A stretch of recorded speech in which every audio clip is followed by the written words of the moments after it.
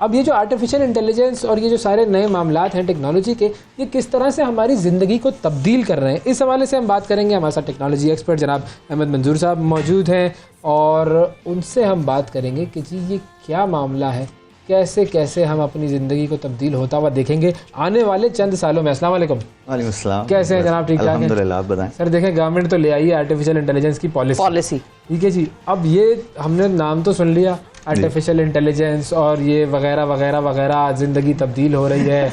अजीब, एक लोग ना सोच रहे हैं पता नहीं हम जिंदा भी रहेंगे या नहीं जिंदा रहेंगे। रोबोट्स आ जाएंगे, रोबोट्स बन जाएंगे, रोबोट्स टेक ओवर कर लेंगे। आप यहाँ फिजिकली मौजूद होंगे नहीं, आपका रोबोट बैठा हुआ होगा, आराम से बातचीत चल। हमारी भी शायद पता नहीं नौकरियों का क्या होगा, हमारे भी कोई एवटार्स बैठे हुए होंगे।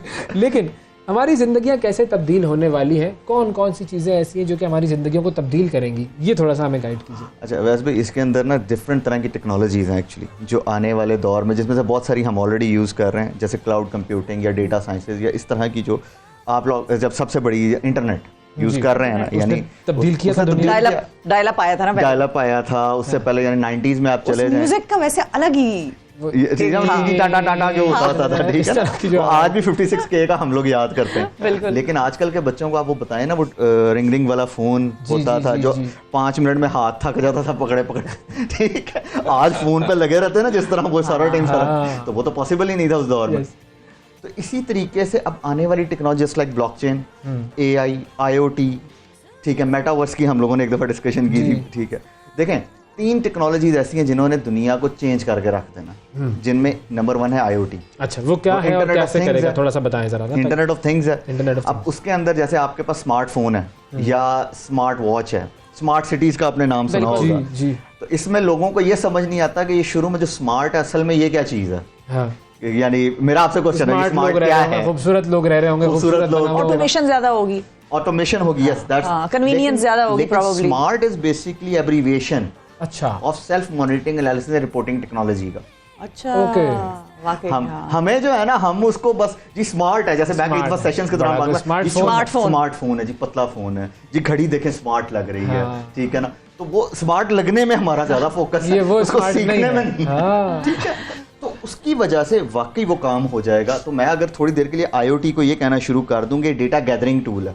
अच्छा, जैसे हमने पेंडेमिक के दिनों में देखा, यानी कि आपने फोन्स के थ्रू BP भी अपना चेक किया, आपने ब्रीदिंग भी चेक की, ये तमाम चीजें चेक करते रहे ना, बिल्कुल।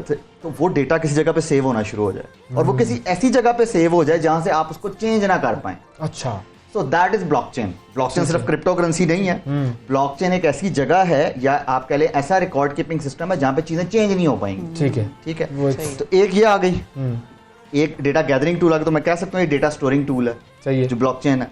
देन उससे नेक्स्ट अमल आता है AI का।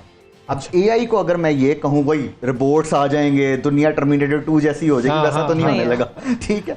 तो AI ने ये जो ब्लॉकचेन पे डेटा पड़ा हुआ जो चेंज मैनिपुलेट नहीं हो सकता, उसकी बेस पे वो आपकी लाइफ को ज्यादा प्रोडक्टिव बना देगा। अच्छा, ठीक है। जैसे अभी आप चैट GPT यूज करते हैं, हाँ, हर बंदा यूज करता है। अभी पिछले दिनों में एक जगह सेशन दे रहा था, वहां पे मैंने छोटे छोटे बच्चों से पूछा तो कहते हैं हाँ जी हमने इस पे ऐसे लिखे हैं। जी उनकी मुझे तो लग रहा है ज़हनी सलाहियत खत्म हो रही है। नहीं, इस पे देखें, इस पे ना मैं वहां पे जो टीचर्स है ना, मैंने उनको एक आइडिया दिया था, यूनिवर्सिटी से मैं बात भी करता हूँ, मैं कहा आपका पूरा एग्जामिनेशन सिस्टम बहुत बेहतर हो सकता है इससे। कैसे?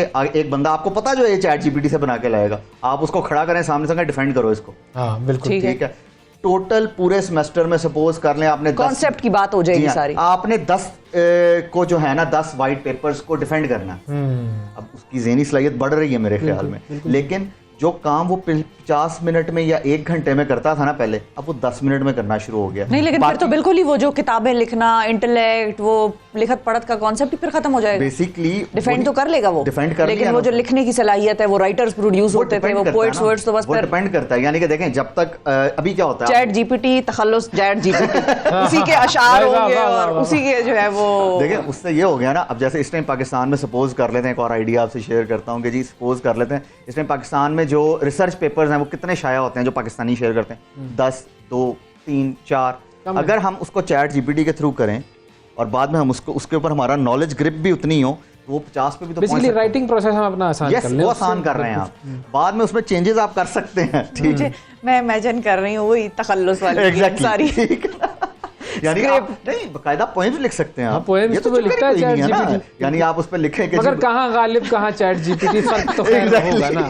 यानी मैं भी लिखूं कि जी मुझे अवैस भाई पे या मैम के ऊपर जो है ना कोई अच्छी सी यूनिक किस्म की हाँ। वो बना के पोएट्री बना के वो बना देगा हाँ, जो वो पूरी बना दुनिया में किसी जगह नहीं होगी। और उससे अगर हम कहें कि फैज़ अहमद फैज़ के स्टाइल ने बना दे तो भी वो बना भी देगा। बना बना देगा बिल्कुल। ठीक है जी। तो लेकिन आपने जो ब्रेन है ना उसको आप किसी इंटेलेक्चुअल काम पे लगा सकते हैं जी। ये रिसर्च वर्क है।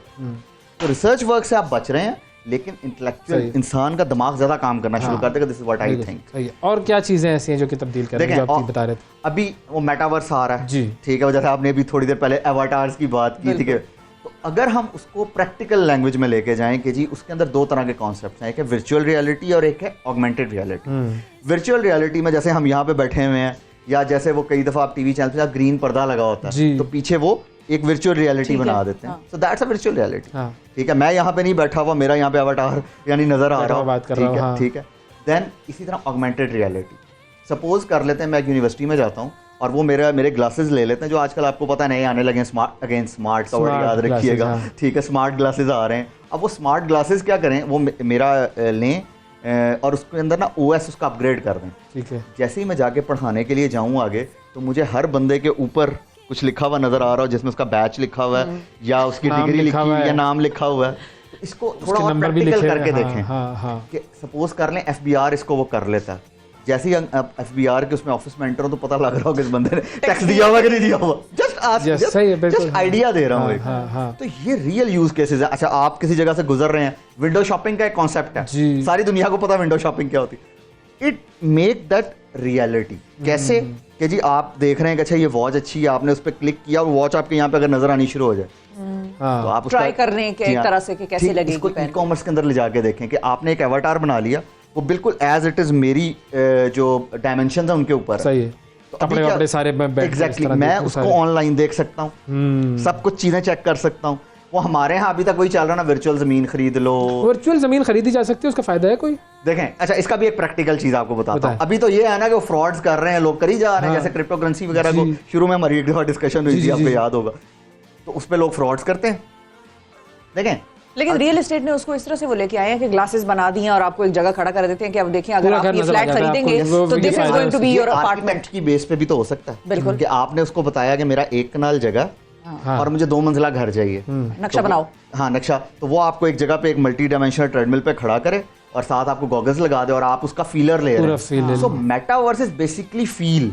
सही है। सर, क्योंकि हमारे पास आखिरी 1 मिनट है तो मैं ये पूछना चाह रहा था कि जो आजकल मेटावर्स पे लोग जमीनों की खरीदो फरोख्त कर रहे हैं, ये कैसे होती है और क्या ये फायदेमंद नुकसानदेह क्या है? ये कुछ नहीं है दरअसल, यानी वर्चुअल जमीन क्या होती है, ठीक है, इसको वही प्रैक्टिकल हम कैसे बना सकते हैं कि जी आपका असल जो घर है वो एड्रेस उसको जोड़ा जाए ब्लॉकचेन के साथ और उसको ही गूगल अर्थ पे वो कर दिया। जैसे मैंने अगर वैस भाई के घर आना है तो मुझे फौरन पता लग जाए, जैसे मैं क्लिक करूं गूगल अर्थ पे तो वो मुझे नजर आ रहा हो, तो वो असल में भी वो डिजिटली भी आपका, वो असल में भी आपका, तो वो फ्रॉड और कब्जा ग्रुप वगैरह खत्म नहीं हो जाएंगे। लेकिन ऐसा नहीं हो सकता कि मैं वहां जाके जो चीजें खरीद रहा हूँ ये ना खरीदूं मैं, वो फायदा नहीं है ना अभी फायदा कोई नहीं है। ओके, ऐसा नहीं है कि अभी सस्ती मिल रही है ले लूं, कुछ बाद में तो फायदा बाद में उसकी ओनरशिप नहीं रहेगी। आप फेसबुक के ऊपर जाके जितने मर्जी टोकन्स परचेज कर लें उसके, फेसबुक अचानक कहता है मैं बंद कर रहा हूँ फेसबुक की।